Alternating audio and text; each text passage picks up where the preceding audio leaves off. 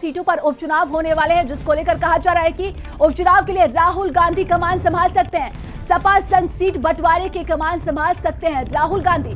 लोकसभा उपचुनाव में देखिए जिस तरीके से अगुवाई में उन्होंने काम किया था, राहुल की अगुवाई में सपा के साथ गठबंधन मुकम्मल हुआ था। विवाद से बचने के लिए राहुल गांधी को शामिल किया जाएगा। सूत्रों के हवाले से ये बड़ी जानकारी निकलकर सामने आ रही है। सूत्रों की अगर माने तो उपचुनाव में कांग्रेस 3-4 सीटें चाहती है, जबकि सपा उसे 1 या 2 सीट ही देना चाहती है। सूत्रों के हवाले से देखिए कि बड़ी जानकारी निकलकर सामने आ रही है। महाराष्ट्र हरियाणा में भी चुनाव के अपने लिए सीटें चाहती है सपा, जिसकी वजह से कहा जा रहा है कि इंडिया गठबंधन में कांग्रेस को वो 1 या 2 सीट ऑफर कर सकती है।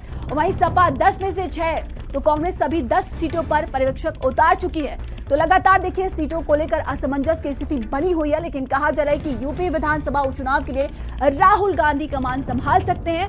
आपको बता दें कि सपा संघ सीट बंटवारे की कमान राहुल गांधी संभाल सकते हैं। सूत्रों के हवाले से ये बड़ी जानकारी निकलकर सामने आ रही है। हमने देखा था कि लोकसभा चुनाव में उनकी अगुवाई में काम हुआ था और राहुल की अगुवाई में सपा के साथ गठबंधन मुकम्मल हुआ था, जिसके बाद से देखिए इंडिया गठबंधन की बड़ी जीत हासिल हुई थी।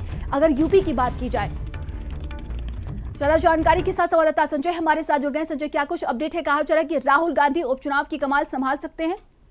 बिल्कुल, क्योंकि लगातार दोनों ही दलों ने अपनी अपनी तैयारियां पूरी करके रखी हुई है और सभी, अगर समाजवादी पार्टी की बात करें तो 6 सीटों पर उन्होंने अपने कैंडिडेट के तौर पर प्रभारियों को घोषित किया हुआ है और उसकी पूरी तैयारी कर रहे हैं। तो वही बात करें कांग्रेस की, तो एक बार फिर से 10 की 10 सीटों पर उन्होंने अपने प्रभारी नियुक्त किए हैं। तो ऐसे में वही सिनेरियो बनता हुआ नजर आ रहा है जो एक बार लोकसभा चुनाव के पहले सीट के बंटवारे को लेकर के तमाम विवादों की स्थितियां उत्पन्न होती हुई दिखी थी, लेकिन इस बार फिर से वही स्थितियां फिर से दिखाई पड़ रही है कि राहुल गांधी एक बार फिर से उपचुनाव की सीटों के बंटवारे को लेकर के समाजवादी पार्टी के राष्ट्रीय अध्यक्ष के बीच में बातचीत होगी और माना यह जा रहा है कि 24 अगस्त के पहले जैसे ही राहुल गांधी का कार्यक्रम प्रयागराज में लगता है, उसके पहले इन सीटों के बंटवारे को लेकर के स्थितियां साफ हो जाएंगी। क्योंकि लोकसभा चुनाव के पहले भी यही स्थितियां बनी थी, लेकिन जब लखनऊ उनकी भारत जोड़ो न्याय यात्रा पहुंची थी तो तकरीबन 16 मिनट की मीटिंग के बीच में ही समाजवादी पार्टी के राष्ट्रीय अध्यक्ष अखिलेश यादव जी और राहुल के बीच में जब बातचीत हुई तो पूरे सीट के बंटवारे का मामला जो उलझा था वो सुलझ गया था।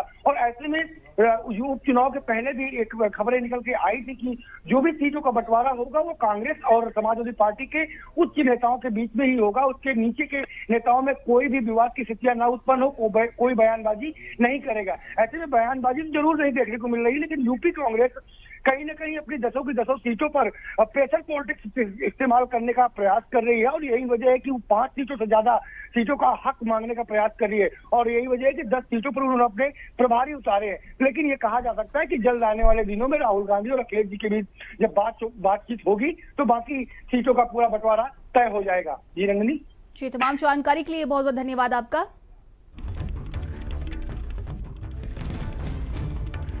चलिए आगे